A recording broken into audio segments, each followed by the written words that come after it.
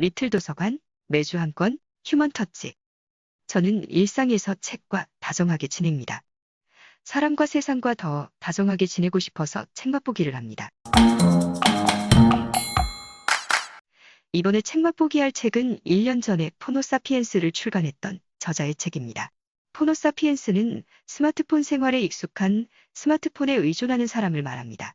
코로나 상황을 지나오면서 우리는 어느새 옷을 사거나 신선한 식품을 먹거나 집을 구할 때 폰을 자연스럽게 이용하는 포노사피엔스가 되었습니다. 의식주 전반에 걸쳐 폰을 이용한다는 것은 생존을 위해 폰을 필요로 하게 되었다는 것을 의미합니다. 폰 중독자도 폰 개발자도 모두 포노사피엔스입니다. 하지만 둘의 삶은 극명하게 나눠질 수 있습니다. 저는 책을 좋아합니다. 그렇지만 책 중독을 항상 경계합니다. 책 속에 파묻히다 보면 자칫 현실적 자립에 실패할 수도 있고 일상이 피폐해질 수도 있으니까요. 중독의 폐해는 중국의 아편 중독 역사를 상기해보면 쉽게 납득할 수 있습니다. 역사는 대제국까지 흔들 수 있는 중독의 위력을 실감하게 해줍니다. 중독이 영토를 다른 나라에 넘겨줄 정도의 피해를 입힐 정도이면 한낱 대중에 불과한 우리들의 삶쯤이야 위기로 몰아가는 건 식은 죽 먹기일 수 있습니다. 다음은 아편 전쟁에 대해 위키백과에 적힌 내용 중 일부입니다. 육체 노동에 종사하는 중국의 하층민들 사이에서 아편이 선풍적인 인기를 끌자 아편에 중독된 중국인들로 인해 동방에 병든 남자라는 말까지 생겨나게 되었다. 이에 청나라는 강력한 아편 단속 정책을 펼쳤다. 영국은 청나라의 아편 단속에 반발하며 아편 전쟁을 일으켰다. 이 전쟁은 1842년에 영국의 승리로 끝났고 홍콩을 영국에 넘겨주게 되었다. 이번 책 맛보기의 제목은 중국 아편 중독 역사가 중국인의 폰 중독을 상기시키다입니다. 중국의 아편 중독은 영국이 유발했지만 폰 중독은 중국 공산당이 자국민에게 행할 수 있습니다. 만화 중독자와 만화 제작자의 부는 다릅니다. 게임 중독자와 게임 제작자의 계층은 다릅니다. 중독에서 벗어나 제작자나 개발자로 선회하는 사람은 극소수입니다. 대다수는 스마트폰 중독의 늪에서 헤어나기가 힘들어 몸도 망가지고 삶도 망가질 수 있습니다. 중독자냐 제작자냐에 따라 양극화는 심화될 게 뻔합니다. 포노사피엔스 시대에 극명해질 양극화를 세계는 어떻게 접근해 갈지 자못 궁금합니다. 공학자인 저자는 그 문제에 대해 별로 아랑곳하지 않습니다.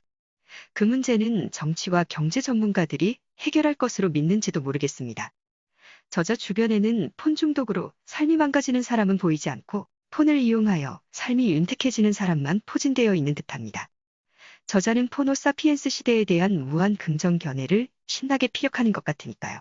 책은 포노사피엔스 시대를 열어가고 있는 기업과 인물들의 성공 사례들로 채워져 있습니다. 문제점에 대한 우려를 나타내는 부분은 극히 적습니다. 폰을 슬기롭게 사용하라. 가 해결 방안의 거의 전부일 뿐입니다. 스마트폰이 신체의 일부가 되면 도박이나 게임에 빠져 중독될 수도 있고 쓸데없는 시간 낭비도 하기 쉽다. 하지만 이를 슬기롭게 쓴다면 그 혁신성 또한 무한대로 증폭된다. 이번에 책 맛보기 하는 책은 코로나 팬데믹 이후 전환될 세상에 대해 9개의 코드로 설명하고 있습니다. 그래서 제목은 체인지 9, 포노사피엔스 코드입니다.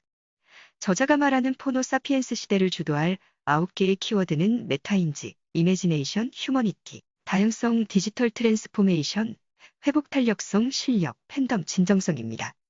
문명을 읽는 공학자로 소개되고 있는 저자 최재붕은 우리에게 이 9개의 키워드를 이해하고 삶에 적용하기를 목적 높여 주장합니다. 저자는 전염병 패스트가 신중심의 중세를 끝내고 인간 중심의 르네상스 시대를 열게 된 계기를 만들었듯이 코로나의 창궐이 인류에게 디지털 문명을 확고하게 구축하는 동기가 될 것이라고 합니다. 하지만 21세기 인류가 여전히 종교를 완전히 버리지 않고 살아가고 있는 상황에 대해서는 아무런 언급이 없습니다. 저자는 비대면의 생활, 언택트 시대로 이동하지 않으면 인류의 생존이 불리해지므로 반드시 이동해야 한다고 합니다. 생존을 보장받으려면 전환은 불가피하다는 사실을 주입시키듯 강조합니다. 인류의 언택트 생활을 가능하도록 만들어주는 것이 바로 스마트폰입니다. 저자는 스마트폰을 인공장기로까지 우대하며 다음과 같이 설명합니다. 스마트폰은 명백한 인공장기라고 할 수 있다. 24시간 신체에 붙어 있으면서 사람의 생각과 습관, 행동 양식을 바꾸는 역할을 한다. 이제는 간 밑에, 쓸개 밑에 스마트폰, 5장 6부가 아닌 5장 7부의 새로운 인류가 탄생한 것이다. 스마트폰이 낳은 신인류, 호모사피엔스는 세계 인구의 3분의 1을 차지하며 이제 새로운 표준 인류가 되었다. 스마트폰을 이용해 음악을 듣고 방송을 보고 밥을 사 먹고 물건을 사고 금융 거래를 하고 심지어 교육에도 업무에도 스마트폰을 활용한다. 이렇게 되면 모든 상식이 바뀔 수밖에 없다. 이제 옷을 사고 싶을 때 폰을 여는 시대가 상식이 되었다. 표준이 바뀌면 모든 것이 바뀐다. 새로운 세상에서는 지금까지 살아오던 것 그대로는 잘 살기 어려워졌다. 다시 말해 완전히 다시 세워지는 생각의 기준, 즉 호모사피엔스 코드를 알아야 한다.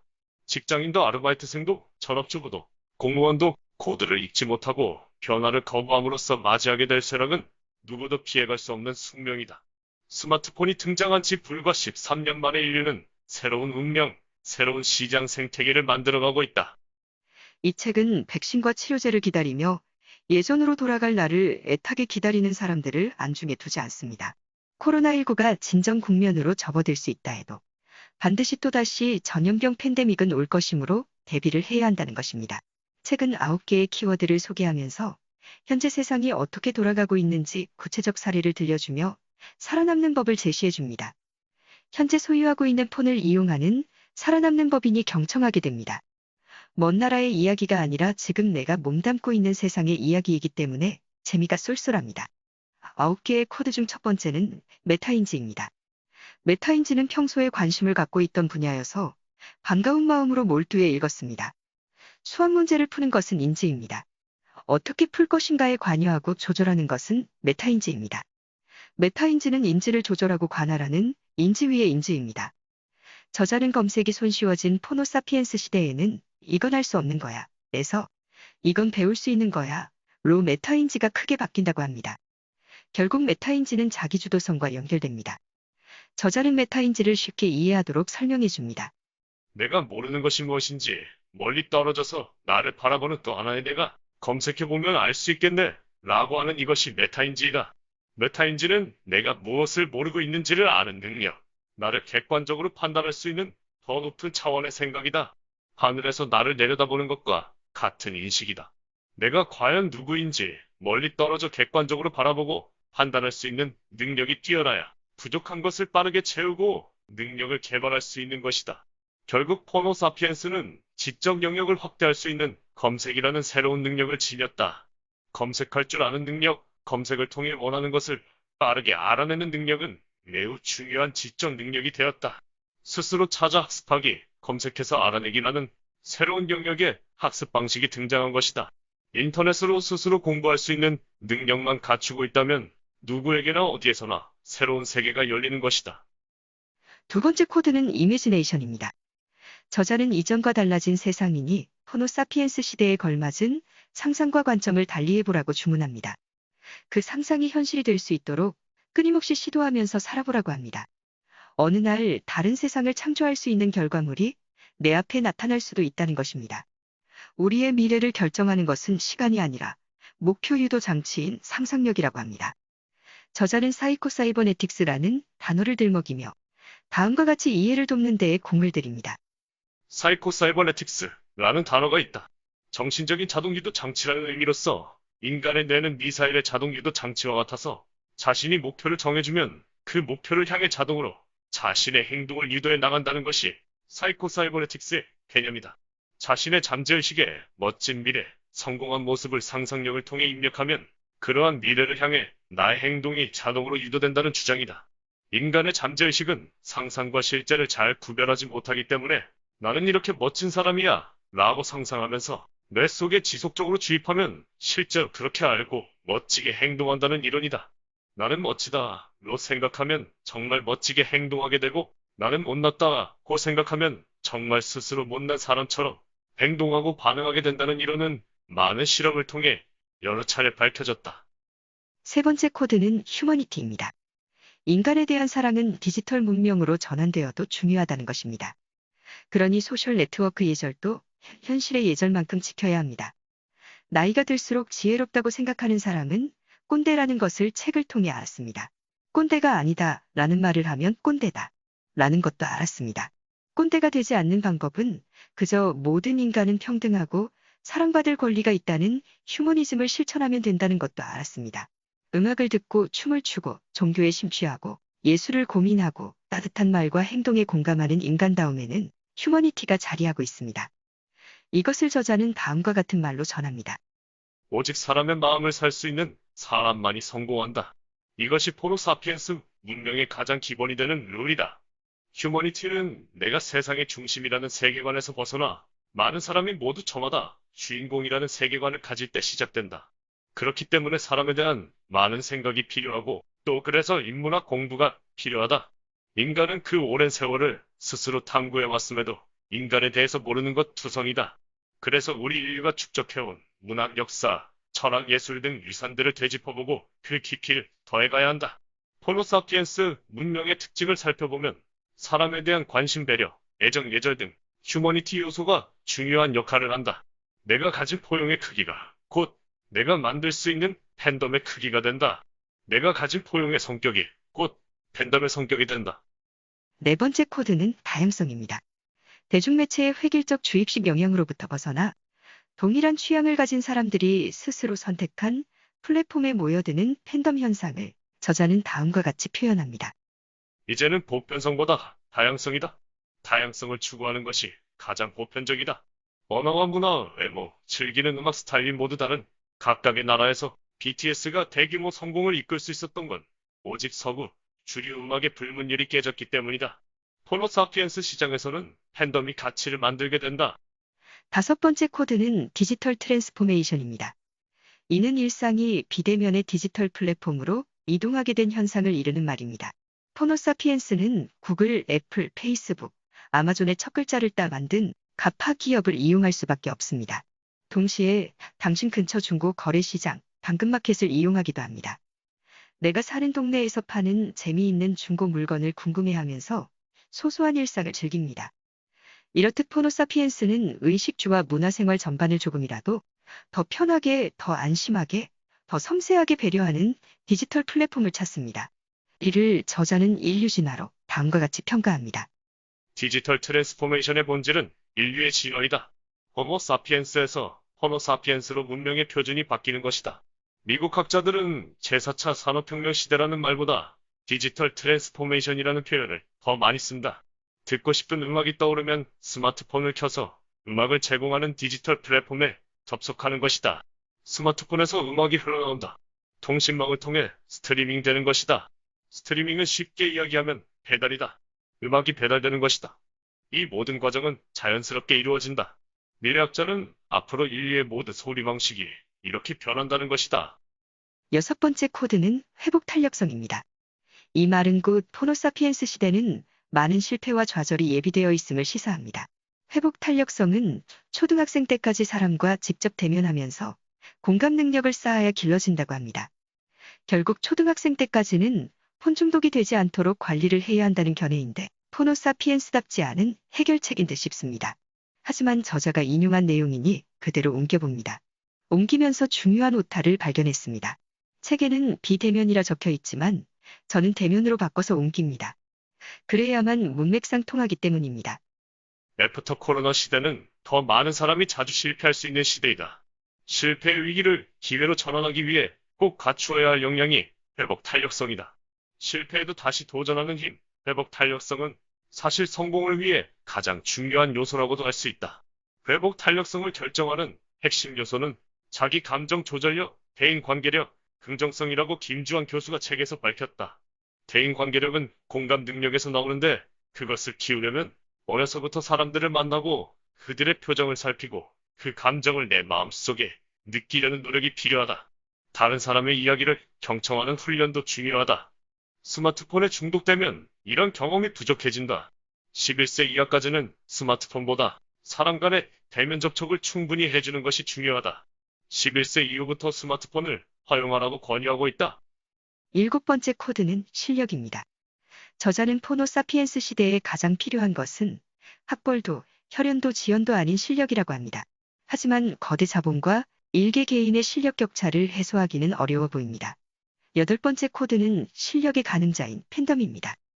저자는 소비자들의 자발적 팬덤은 막강한 권력이 되는 시대이니만큼 팬덤을 만드는 기술이 중요하다고 합니다. 마지막 아홉 번째 코드는 진정성입니다. 저자는 호모사피엔스 시대를 슬기롭게 살아내려면 진정성이 마음에 녹아 있어야 한다고 합니다. 저자가 진정성을 설명하면서 다음과 같이 스노비즘과 박진영을 거론합니다. 스노비즘은 고상한 체하는 속물근성이다. 출신이나 학식을 공개적으로 자랑하는 일을 가리킨다. 쉽게 말하면 은근히 잘난 체하면서 상대보다 우월하다는 것을 보여주고 싶어하는 속물적인 마음이다. SNS 문명에서는 진정성과 스노비즘이 묘하게 교차되어 잘 나타난다. 어쩌면 남의 자랑질을 비난하면서 속물이라고 몰아세우는 행위도 자신은 지적으로 우월하다는 것을 보여주기 위한 또 하나의 스노비즘이라고 할 수 있다.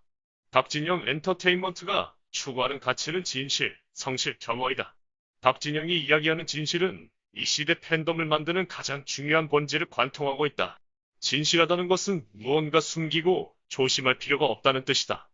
있는 그대로의 나의 삶이 드러난다고 해도 부끄러울 것이 없어야 하는 것이다. 성실하다는 것은 자기와의 싸움이다. 매일 해야 하는 것을 하는 것이다. 그것이 쌓여 꿈을 이루게 된다. 겸허란 자신의 단점을 진심으로 깨닫고 다른 이의 단점을 보기보다 장점을 보고 배우려는 마음이다. 박진영이 추구하는 이러한 신념은 모두 유교 사상의 근간을 두고 있다. 저자는 9개의 코드 중에서 휴머니티, 진정성, 실력이 포노 사피엔스 시대에 더 중요하다고 봅니다. 휴머니티 진정성, 실력이 없어도 지금까지는 학벌만 좋다면 취직하고 승진하는 데 큰 지장은 없었다. 하지만 이제는 달라졌다. 새로운 문명에서는 말 하나 행동 하나 모든 것이 투명하게 드러난다. 사실 저자는 9개의 코드를 제시하기에 앞서 세상에서 나타나고 있는 변화상을 먼저 짚었습니다. 그 변화상을 다음과 같이 표현했습니다. 코로나 이후 마이크로소프트, 애플, 아마존, 구글, 페이스북, 알리바바, 텐센트 이들 7대 플랫폼은 코로나19로 인해 높이 비상하는 기회가 되었다. 거대 자본이 투자된 방송, 금융, 유통, 교통, 교육 등 모든 분야에서 변화의 속도는 상상 이상이다. 책은 대한민국 표준 국민이라면 비대면에 모바일 뱅킹을 써야 하는 시대라는 것을 통계로 알려줍니다. 마스크를 쓰고 은행을 방문하는 일은 위험에 노출될 확률이 높은 행동이 되어버렸다는 겁니다. 하지만 유럽과 일본은 기존 금융 시스템을 지켜내고 싶어 한다고 언급하면서 그 이유에 대해서는 밝히지 않습니다. 중국과 미국이 금융계를 전환시키기 위해 총집중하고 있는 상황을 다음과 같이 설명합니다. 중국은 거의 무화폐 경제시대로 접어들었다. 심지어 전자화폐도 사용을 시작하겠다고 선언했다. 블록체인 기반의 암호화폐가 표준 화폐가 되는 것도 얼마 남지 않았다. 구글 뱅크, 아마존 뱅크가 등장하고 애플과 우버가 카드를 발급하고 페이스북 사용자 간 국경 없는 거래가 가능해질 것이다. 네이버도 금융 서비스를 시작했다. 원택트 금융에 대한 선호도가 높아졌기 때문에 확대되는 중이다. 최근 저녁 7시 이후 TV보다 스마트폰을 즐겨보는 대한민국 국민의 비율이 더 높아졌다며 방송계 상황을 다음과 같이 전해줍니다. 1920년대에 등장해 100년간 인류의 사랑을 받아왔던 TV가 왕좌를 스마트폰에 내어주게 되었다. 20에서 30대는 아예 TV를 보지 않는 세대가 되었다. 유튜브가 2위 미디어 플랫폼이 되고 구글이 세계 두 번째 검색 플랫폼이 되었다. 유튜브는 신인류의 놀이터가 되었고 엄청난 지식의 보고가 되었다. 넷플릭스는 지구의 대표 콘텐츠 플랫폼이 되었다. 하지만 겨울왕국 2를 무기로 디즈니 플러스를 출시한 디즈니의 강력한 도전을 받고 있다. 미국의 아마존과 애플, 우리나라의 웨이브와 티빙 등의 엄청난 격돌이 예고되고 있다. 미디어 산업은 활화산처럼 폭발적으로 시장 생태계를 바꾸는 중이다. 미디어의 혁명은 거의 모든 산업으로 번지는 예고편과 같다. 최근 나이 든 사람들도 비대면, 모바일 쇼핑으로 몰려간 실태를 전하고 있습니다. 매출의 증가에 일조하면서 유통 분야에 엄청난 변화를 일으켰다는 것입니다. 대형 매장들이 줄줄이 폐쇄되는 대신 유통산업에서 가장 많은 일자리를 만들어내고 있으므로 일자리 해결책은 이 분야에서 모색할 만하다는 소식을 다음과 같이 전합니다. 배달 전문 식당도 늘어나고 배달 전담 대기업도 탄생했다. 공유 주방을 이용해 요리를 하고 배달을 하는 시스템은 인테리어 비용도 임대료도 인건비도 절약할 수 있으니 초기 창업자에게 매우 매력적이다. 이런 상황이 되고 보니 공유 주방을 만들어 대여하는 사업도 등장했다.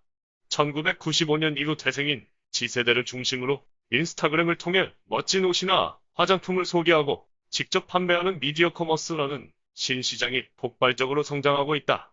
사실 중국에서는 개인 방송을 기반으로 판매를 활성화하고 있다. 오프라인 강자 월마트는 온라인 주문과 방문 픽업으로 경쟁에 돌입할 태세다. 책은 새로운 디지털 문명에 필요한 인재상을 다음과 같이 전합니다. 디지털 플랫폼을 기반으로 새로운 서비스를 기획하거나 개발하는 인재가 필요하다. 수시로 찾아올 코로나 같은 감염병에 대비 디지털 기반의 재택근무 능력도 뛰어나야 한다. 디지털 비즈니스 업무 능력, SNS 마케팅이나 고객 빅데이터 분석 경험이 토익 점수 어학연수보다 더 중요해졌다. 책은 일자리가 달라지면 교육도 달라져야 한다는 사실도 아울러 알려줍니다. 메타인지와 자기주도성이 교육 격차 심화를 가져오게 하는 주범임을 절감케 합니다.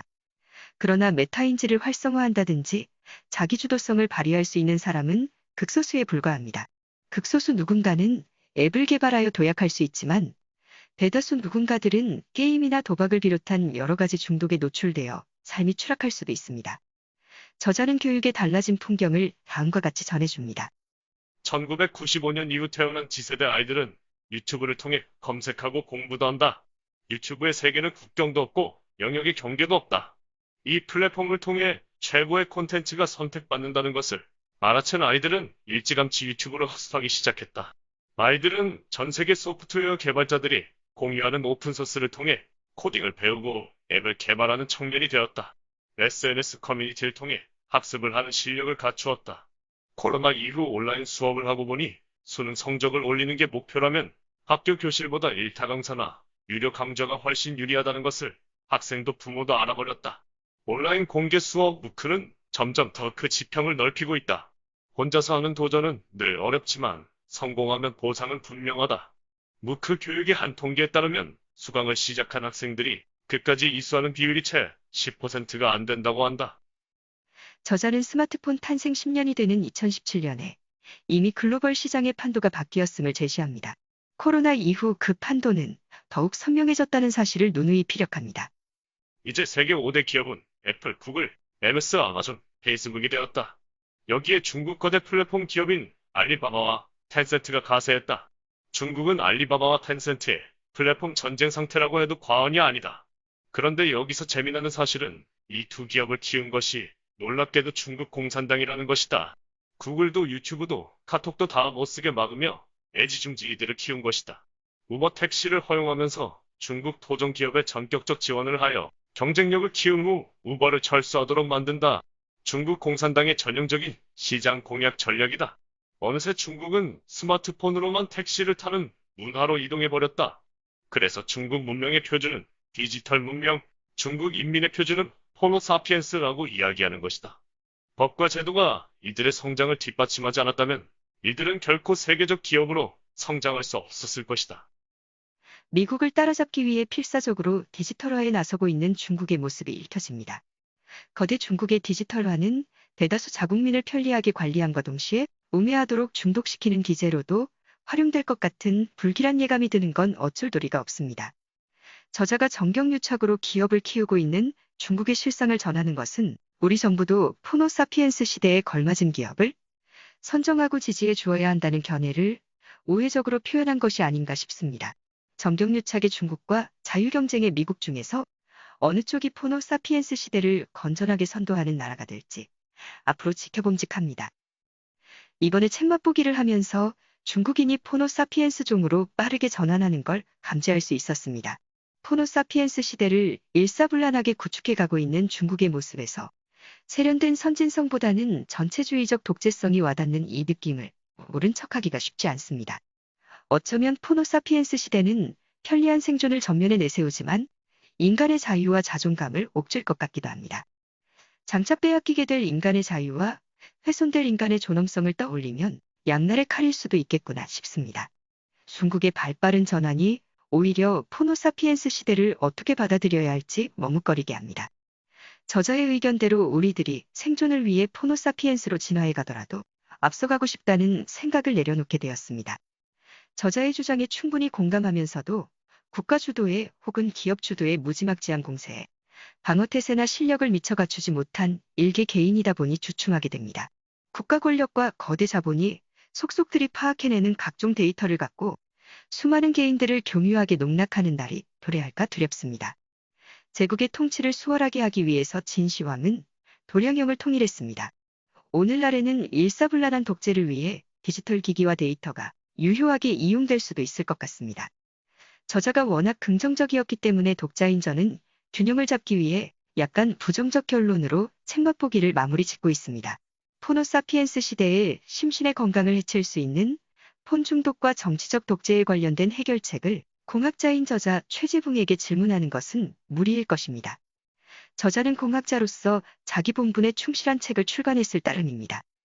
다수의 개인이 호모사피엔스 시대에 국가 권력과 거대 기업에 휘둘리지 않고 인간성을 지켜나갈 수 있는 실력을 갖추게 하는 책을 앞으로 만나게 되면 좋겠습니다. 그런 책과의 인연을 기대하며 이만 마치겠습니다. 지금까지 리틀 도서관 매주 한 권 휴먼터치 황진이었습니다. 책 맛보기는 그저 제가 경험한 책, 사람, 세상 이야기일 뿐입니다. 이야기하다 보면 사람이 덜 된 저 자신을 즐겁게 발견하게 됩니다. 책 맛보기는 저에게 즐거운 관조, 즐거운 수양입니다.